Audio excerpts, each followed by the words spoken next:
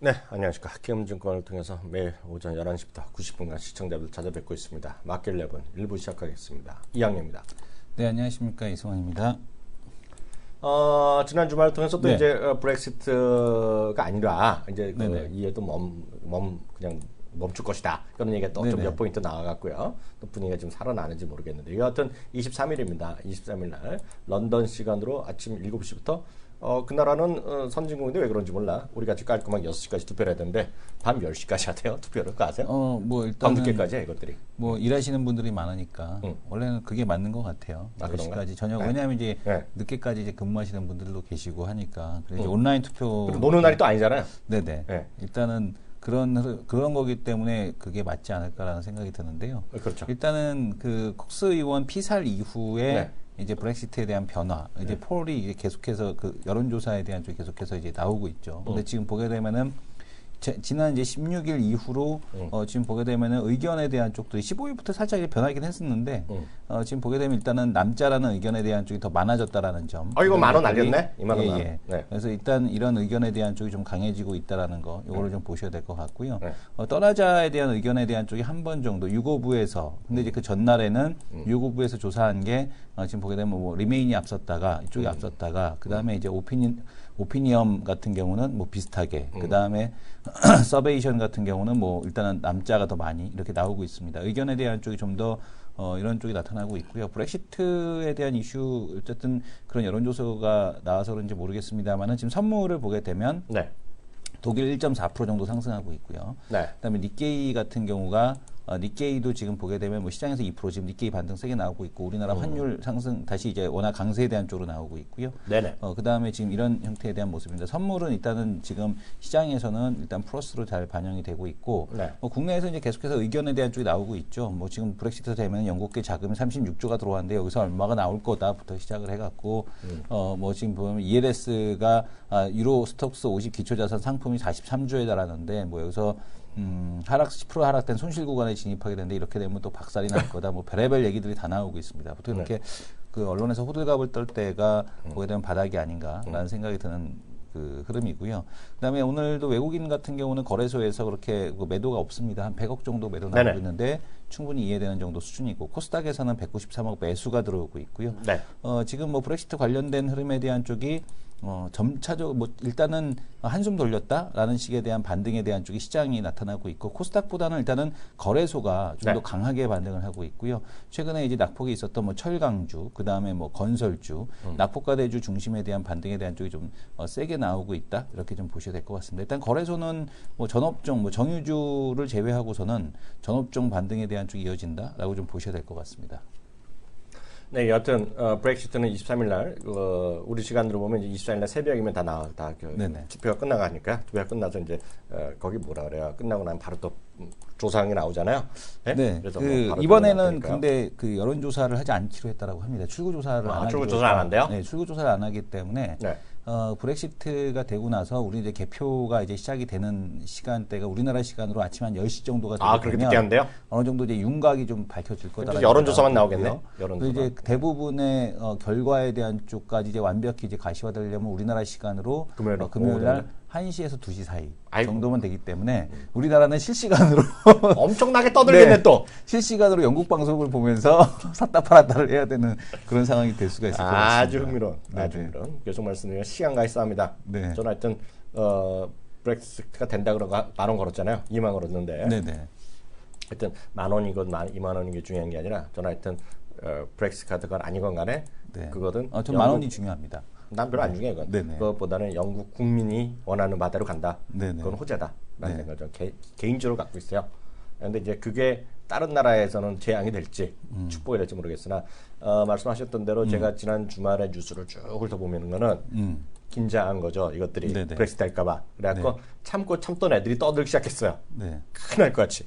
네. 큰일 난다. 그러면서 이제 뭐 노벨 경제학자 2명, 노벨 경제학상 받은 사람 2명도 또 잇따라 얘기하고 이게 너희들 하면 너희가 생각을 정말 잘못하는 거다 막 얘기하고 네네. 총리도 얘기하고 막 그런다니까 한번 가보면 되겠다라고 보셔야 될 것 같고요. 말씀하셨던 대로 뭐 작은 유출이다, 뭐 43조의 ELS가 나온다는 건 다 무슨 그냥 솔직히 얘기하면 정말 그걸 쓴 기자들은 열심히 썼을지 모르지나 주말이고 기사거리도 없어서 열심히 썼다. 그래서 그건 정말 덧없는 얘기다.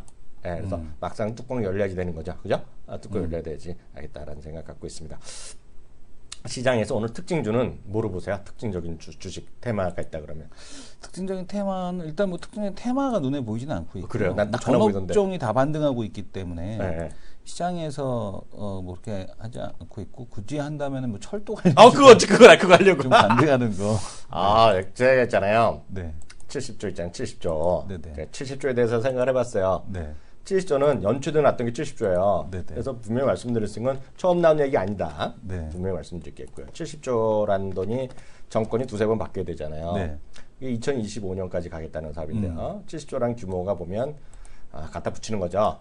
제가 보기엔 그래요. 이거 뭐 좋아하시는 분 계시고 나빠하는 분, 이해가 안 되는 분도 계시겠지만 우리가 지금 이명박 대통령 존경하는 이명박 대통령께서 25조를 땅에다 바다에다 써붙었잖아요. 네네. 그게 3배거든요. 70조. 네네. 그러다 보니 그것만이 하는 게 아니라 온갖 곳을 뚫고 부시고 때려박고 지하로 가고 심지어 그러다 보니까 오늘 뭐 대심 철도네 뭐 네. 그리고 또 해저 터널이네 다 갖다 붙여서 올라가잖아요. 네. 해저 터널 하나만 예를 들어 보겠습니다. 해저 터널 관련주인지 뭔지 대심적으로 오늘 올라가는 것 같더라고요. 네. 난 뭔지도 몰라. 내가 아는 건 그 철도 관련주는 현대로템 하나밖에 없어요. 네, 그리고 또 거기 보면 우리나라 철도 사업을 전 세계 탑 5로 레벨로 올린다 그러잖아요. 네네. 보셨죠? 네. 다 나오거든요. 현대로템 우리나라 철도는 현대로템이 독점하잖아요. 만들어갖고 독점하는 건데요. 현대로템의 기차가 대한민국의 외국 각가로 나간 게 거의 없어요. 외국 밖으로 나간 적이 없어요. 네, 거의 없어요. 그래서 요번에 한 번인가 되나 안 되나 뭐 브라질인 것도 대단한데 제대로 나간 적은 없어요. 하여튼. 네네. 근데 갑자기 어떻게 세계 5위권에 들어갔는지도 의문스럽고요. 하나만 말씀드리면 지금 우리나라 가덕도랑 밀양이랑 대판 싸우잖아요. 네네. 그래서 어떻게 될지 모르잖아요. 그래서 뭐 그 관련주가 올라가고 떨어지고 그런다면서요. 네. 전 뭐 그런 얘기하기도 싫어하는데 해저 터널 있죠. 해저 터널. 네. 중국이랑 해저 터널은 제가 논외로 하고 그거는 뭐 현실성 있는 거 없는 거 시청자분들이 판단하시면 되겠고요. 요번에 또 얘기가 나온지 모르지만 여수에서 저희 가는 거 있잖아요. 여수 목포에서 제주도 가는 거. 그거 될 것 같으세요? 뭐 하겠죠. 아니 될 것 같은지 모르겠으나 네네. 그거 되는 순간 어떻게 되는지 아세요? 네. 제주 사람이 다 몰려서 반대합니다. 네. 그거는 이슈는 많이 났던 거예요. 네. 제주도 여러분들 검색하면 쳐보시면 돼요. 제주도 해저 터널 한번 쳐보세요. 뭐라고 뜨나? 네네. 찬성할 것 같아요? 반대할 것 같아요? 반대. 그거 하는 순간 제주도라는 데는 숙박시설에 다 아웃됩니다. 그렇죠. 그러니까 전라남도 쪽에서는 해저 터널 매번 하자 그러고 여기선 쌍수들을 반대하는 거예요. 그래갖고 지금 저쪽에서는 제주도는 먼저 공항 하나 더 만들자는 거잖아요. 지금요. 네네. 논리는 이거죠. 제주공항이 워낙 포화되니 여수나 이런 데서 해저 터널 가면 2시간만 3시간에 쏴갖고 사람들을 거기서 하고 여기서 자연스럽게 여기서 아침 먹고 저녁 먹고 여수나 이런 데서 먹고 자자는 거잖아요. 그렇죠. 그게 되겠냐고요, 그게. 근데 어쨌든 이번 그 국토부 안에는 그거는 지금 들어가 있지 않고요. 보도 자료를 보시게 되면은 쭉 이렇게 쭉 내용을 쭉 보게 되면 그림을 보게 되면은 지금 보게 되면 이런 거거든요. 그러니까 이제 그 수도권, 네. 그 다음에 지금 보게 되면은 요 장항선, 그 다음에 경전선, 저 동해선 이런 쪽에 대한 쪽으로 이제 집중돼 있어서 여기에는 일단 제주도 여수 이런 내용에 대한 쪽이 없습니다. 그럼 해저 터널 관련주 왜 올라? 그냥 뭐 기대감으로 오르는 거죠. 대시마 철도인지 뭔지 그거 왜 올라? 네네.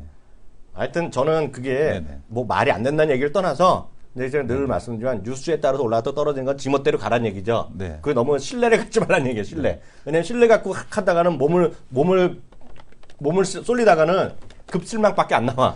그러니까 지금 보게 되면 이것도 그 3차 국가철도망 구축계획 관련돼서 내용에 대한 쪽을 보게 되면 그쪽 내용에 대한 쪽은 전혀 없는 상황이라서 이제 그 연장 구간에 대한 쪽이 대구 광주선이 제일 깁니다. 대구 광주선, 그 다음에 이제 김천 이쪽이 이제 좀 그 길이가 좀 있고요. 보령선, 그 다음에 뭐 그 울산 광역철도 뭐 이 정도, 그 다음에 동해선이거든요.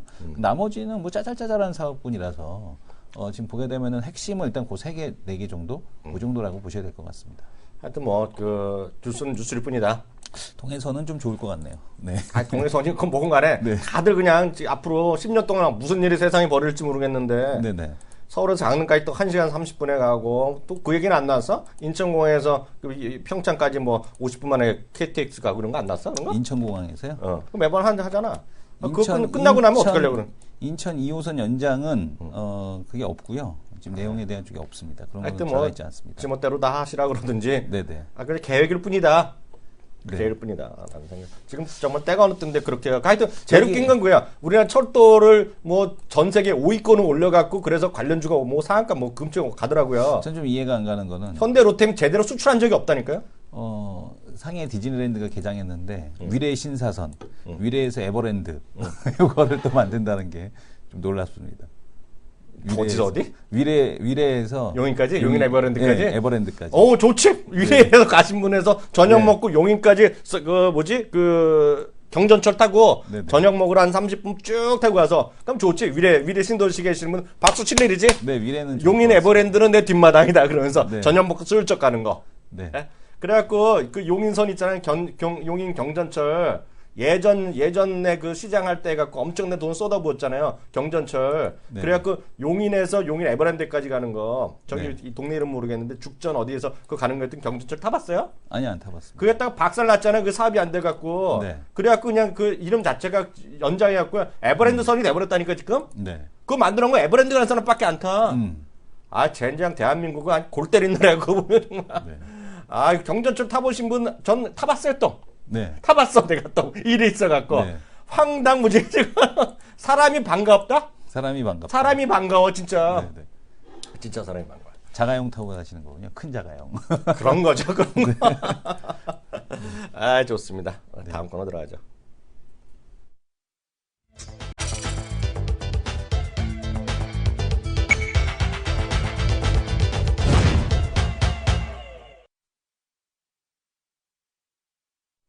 네, 이슈 돌직구인데 아까 얘기했던 건 잠시 더 해드리면 제가 링크를 하나 일단 걸어드릴게요. 이거를 시간이 되시면 이거를 그 영어를 하나도 못한다 그러면 약간 곤란한데요. 이게 지난주에 CNBC도 하고 뭐 파이낸스 다 나온 건데 저 화면 한번 잠깐 잡아주시면요. 잠깐 잡아주시면 이게 그 로버트 어드바이저가 지금 어떻게 앞으로 커가지고 있는지에 관해서 대담 프로거든요. 근데 보시면 여기 이거 자막도 나오는데 이거 조금 영어 좀 아시면 될 거예요. 근데 이게 보면 이게 흥미로운 얘기 나옵니다. 지금은 사람들이 신뢰를 별로 안 한다는 얘기죠. 네. 그래서 뭐 50살 먹은 사람한테 보면 이게 로버 어드바이저에 대한 사자팔자에 네. 대해서 10%밖에 뭐 7%인가 그렇게 나와 들어다 보면 7% 정도 나오는데 이게 밀레니얼 세대를 해갖고요. 지금 밀레니얼 세대 2000년대 때부터 본격적으로 성장한 애들이거든요. 그러면 지금 한 어린 20대부터 30살, 35살 가면 그 신뢰도가 17%까지 막 늘어납니다, 지금요. 그래서 나이대에 따라서 이게 상당히 높아진다는 거예요. 높아진다는 거기 때문에 제가 봤을 때는 그 펀드 매니저 상당히 집에 간다고 보고 있어요. 그래서 이기기가 힘들다고 보고 있어요. 그래서 이런 것들이 세상을 어떻게 바꿀지. 그래서 이렇게 되면 또 우리나라에서 얘기하면 그래서 인공지능 관련주 찾자 이런 그런 개념이 아니라 세상이 많이 바뀌고 있다. 많이 바뀌고 있다. 저도 이제 동의는 하는데 방향성에서는 동의는 하는데 그 속도가 아직은 더디다라고 보는 게 뭐냐면 저 지금 보게 되면 로버 어드바이저라고 하는 그 내용에 대한 쪽이 진짜 알파고처럼 스스로 판단을 내리는 수준이 아니거든요. 그러니까 시그널 매매에 가까운 거거든요. 그래서 그 시그널도 사실은 그 알파고가 스스로 로직을 만들어서 판단을 해서 매수를 하고 뭔가를 한다라고 하면은 로봇 그렇죠, 어드바이저가 그렇다면은 동의하겠는데 그게 아니라 아직까지는 시그널 매매고 그렇죠. 그 지금 당장 낸다는 게 아니라 사람이 만든 거기 때문에 그렇죠. 앞으로 아직까지는 좀 먼 얘기가 아닌가 이런 생각이 정확하게 듭니다. 지적하셨는데 네. 아직은 아니죠. 네네. 아직 벌써 다 됐다면 우리 다 집에 가야지. 네네. 까놓고 집에 가야죠. 네. 그잖아요. 네. 할 게 뭐 있어. 특히 나 같은 사람 집에 바로 가야죠. 근데 문제는 이성 교수가 말하던 바로 그거 있죠. 네네. 구글이 또 개발자 이런 걸 또 계속 포럼을 하고 있거든. 요새. 네네. 주식 갖고 하고 있어요 지금. 네. 주식 갖고 와서 우리나라에서도 지난번에 그런 세션 열린 거 아세요? 지난 주말에? 네. 모르겠습니다. 지난 주말에요. 네. 열려갖고 스탁 있잖아. 스탁 피킹 이런 거 있잖아요. 네. 그런 걸 요즘 많이 하고 있어요. 제가 봤을 때 멀지 않았다고 보고 있어요. 그게 멀지 않았다는 게 뭐 20년은 아니게라는 뭐 5년 그런 게 된다는 게 아니라 10년 안에 나온다고 보고 있죠. 10년 안에. 그래서 그런 것들을 아마 많은 분들이 고민을 하셔야 될 것 같아요. 그래서 본인만이 잘할 수 있는 거를 뭔가 갖고 가기 전에는 아니면 지금부터라도 그쪽으로 연구를 하시던지. 그죠? 그래서 농담 삼아서 제가 예전부터 이학년이 날 똑같이 하나 만들었으면 좋겠다고 우스갯소리를 하지만 그러면 현실적으로 말이 안 되는 거고 말이 안 되는 거고 하여튼 그런 로직이 많이 나오겠죠. 그래서 그런 것들이 아마 생각들을 많이 바꾸셔야 될 거라고 보고 있어요. 네, 보셔야 될 것 같고요. 또 오늘 물론 어느 얘기부터 해볼까요? 지금 보게 되면은 그 중국에서 중국 네. 시안에서 변전소가 폭발을 해서 삼성 반도체 공장 일부가 좀 피해를 받았다 이런 뉴스가 있습니다. 그래서 지금 보게 되면은 지금 순간적인 전압 강화 현상이 발생돼 반도체 공장 일부 생산 설비에 영향을 미쳤고 피해 수준은 전체 시안 공장 생산량의 1% 미만이다. 그 미미할 거다라고 하는데 어쨌든 간에 좀 더 그 피해 결과에 대한 쪽이 좀 나와봐야 될 것 같습니다. 그래서 어쨌든 그 반도체 쪽에 이런 이슈에 대한 쪽이 있었다. 근데 오히려 이거는 기회겠죠. 오히려 이제 반도체 관련주 같은 경우는 이렇게 이슈가 있게 되면 좀 기회지 않나 이렇게 좀 보여지고 있고요. 오늘 한국경제신문에서 지금 보게 되면은 아버지는 베트남, 그거? 부동산 탐방, 아들은 중국 IT주 사냥, 뭐 이런 식으로 해서 해외 자산을 쓸어 담는 개인 투자자 이렇게 나왔거든요. 그러니까 왜냐하면 박스피 한국 시장에 이제 너무 짜증이 난다 이거죠. 신흥국에 베팅하고 국민연금 기관 투자자 따라하기도 유행하고 있는데 지금 보게 되면은 시간이 갈수록 지금 보게 되면 해외 자산에 투자하는 비중에 대한 쪽, 그러니까 지금 보게 되면은 급증의 해외 펀드 투자와 해외 부동산 펀드에 대한 수요에 대한 쪽이 계속해서 늘어나고 있다라는 얘기입니다. 개인 증권사 해외 주식 거래 규모에 대한 쪽도 계속해서 지금 늘어나고 있는 상황이고요. 그래서 지금 보게 되면은 뭐 투자 원정대, 뭐 PB들이 투자 원정대를 꾸려서 갔는데 벌써 10년 전이죠. 10년 전에 이미 그 지금 보게 되면은 뭐 베트남에서 이제 들어갔다가 그때 들어가셨던 분들 다 이제 엄청나게 크게 뭐 실패를 하고 뭐 이랬던 흐름이 있는데 지금 뭐 베트남 시장에 대한 규모가 그때도 작았지만 지금도 작습니다. 그래서 지금 보게 되면은 베트남 투자에 대한 그 베트남이라든가 해외 투자에 대한 쪽을 본다고 얘기하는데 베트남은 부동산을 탐방해 가도 그게 쉽지 않죠. 왜냐면은 그 베트남이 됐던 태국이 됐던 이런 공산국가죠. 공산국가들은 아직까지 저걸 안 주죠. 태국이 공산국가인가요? 아니 어쨌든 독재국가인데. 태국의 독재국가가 왕국이죠, 왕국. 그러니까 지금 보게 되면 민주국가죠. 근데 이제 저걸 안 주잖아요. 뭐요? 그러니까 지금 외국인에 대한 태국? 저 소유권을 안 주잖아요. 사용권을 주는 아니야, 거죠. 태국은? 태국도 그래요. 몰라, 사용권만 주지 소유권을 주지 않습니다. 한국의 소유권이 네. 갖고 있어 자기? 네, 근데 이제 그게 문제가 되는 게 왜 그러냐면 그게 문제가 되는 게 그분들이 이제 돌아가셨을 때 그 상속에 대한 부분에서 그때 엄청나게 문제가 된다고 그러더라고요. 상속이 사용권에 대한 상속은 또 안 되고 뭐 이런 게 있어갖고 그게 되게 문제가 된다 이런 얘기들이 또 있습니다. 그래서 지금 보게 되면은 뭐 어쨌든간에 해외 주식에 대한 투자에 대한 쪽 그 열기가 이어지는데 해외 주식 투자에 대한 쪽도 이제 계속해서 얘기가 나오고 있죠. 뭐 유쿠트더우를 샀다 뭐 이런 얘기 하고 있는데 현대차가 마이너스 42% 할 때 테슬라는 7배 올랐고 뭐 이런 얘기들이 쭉 나오고 있습니다. 그래서 이게 왜 이런 뉴스가 나왔는지 모르겠는데 해외 주식 투자에 대한 쪽을 하자라는 그런 그 내용에 대한 쪽 관심을 돌려야 된다. 그리고 33만 원짜리 워렌 버핏 보고서가 불티가 나고 있다. 뭐 증권사는 해외 리서치에 대한 리서치팀 확충을 경쟁하고 있다는데 아직까지 그 정도 수준까지는 아닌 것 같은데 어쨌든 간에 지금 해외 주식 투자에 대한 얘기, 그러니까 벅셔 그 주총에서 재밌는 거는 뭐냐면 그 벅셔가 이제 A주, B주가 나눠져 있잖아요. A주는 1억 원이 넘죠. 근데 이제 B주 같은 경우는 쌉니다. 그래서 B주를 사고 여기 이제 주주총회에 참석을 할 수 있는데 지금 보게 되면은 벅셔 주주총회에 다녀와서 뭐 주주가 된 황 씨가 지금 보게 되면은 4가지 버전의 한글 보고서를 작성을 했는데 이 부분이 지금 보게 되면 이것도 팔린다라는 얘기죠. 이것도 지금 보게 되면은 팔리고 있다. 그런 얘기를 좀 하고 있습니다. 그래서 지금 보게 되면은 벅셔 해서웨이에 대한 주주총회 그리고 이제 그 워렌 버핏의 투자에 대한 인사이트 이런 거를 또 알기 위한 보고서도 잘 팔리고 있다. 이런 얘기가 나오고 있고 뭐 주요 증권사들의 해외 주식 투자에 대한 확장 이런 것들에 대한 쪽들이 계속해서 이슈가 되고 있습니다. 우리도 뭐 키움도 마찬가지죠. 키움도 이제 계속해서 해외 주식에 대한 확대 이런 부분에 대한 쪽에다 포커싱을 하고 있다 이렇게 보셔야 될 것 같습니다. 그거 오늘 이제 나와서 오늘 그 저거 내용이요. 네네. 오늘 깜짝 놀랐어요. 네. 제 화면 잡아주시면 오늘 한국경제 그 보통 지면 신문 있잖아요. 지면 신문에 일면 탑이겁니다. 탑이 이화이면 탑이환. 탑이가 한국경제 일면이 탑이고 아까 좀 전에 보여줬던 게 3면 내용인데요. 이거는 이제 우스갯소리를 그러죠. 제가 머니투데이 방송에 돈을 버는데 이거는 제 책을 홍보해 주는 거랑 똑같죠. 그러니까 돈이 한국을 떠난다잖아요.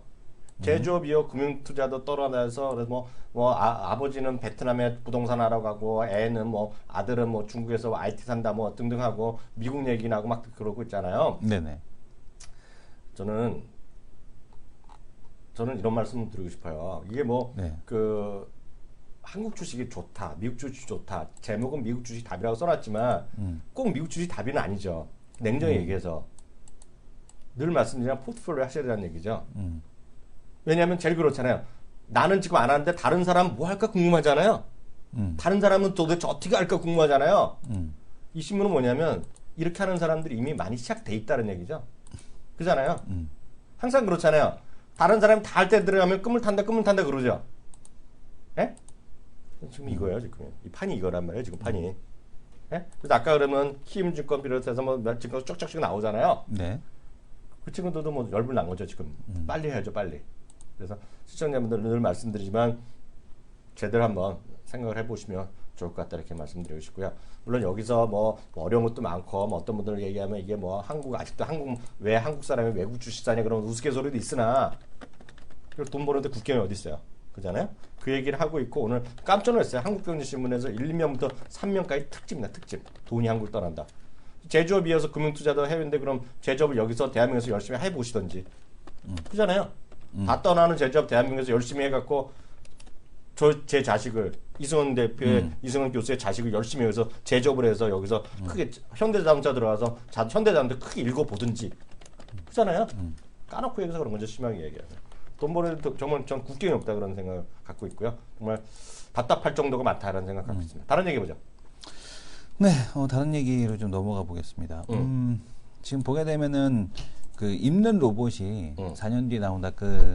저기서 얘기가 현대차에서 이제 이런 것들을 이제 개발을 하고 있다라고 얘기하고 있는데 2020년부터 장애인은 물론 일반인을 위한 착용 로봇을 양산하겠다라는 얘기를 하고 있거든요. 그래서 현대차의 어떤 새로운 모멘텀에 대한 쪽이 될 수 있을까라는 생각이 듭니다. 그래서 지금 보게 되면은 그 작업장에 계시는 분들 혹은 장애인 분들을 위한 어떤 새로운 로봇에 대한 쪽, 그러니까 지금 보게 되면은 불편한 노약자 등을 위한 생활 보조용 로봇, 그리고 이제 무릎형, 고관절형, 모듈 결합형, 뭐 이런 것들에 대한 쪽이 좀 나온다라고 얘기하고 있는데, 어쨌든 현대차 같은 경우가 뭐 현대중공업도 그렇고, 이런 쪽으로 해서 공장 자동화 쪽으로 해서 어떤 새로운 모멘텀을 좀 열어볼 수 있을지, 이런 부분에 대한 쪽이 좀 귀추가 주목이 되고 있고요.